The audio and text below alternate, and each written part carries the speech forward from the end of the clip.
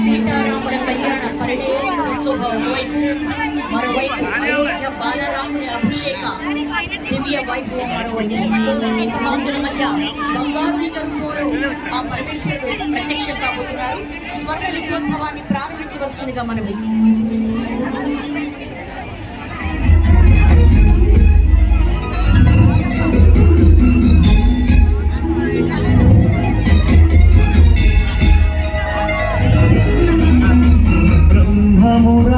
సురార్చితలింగం నిర్మలభాసిత శోభితలింగం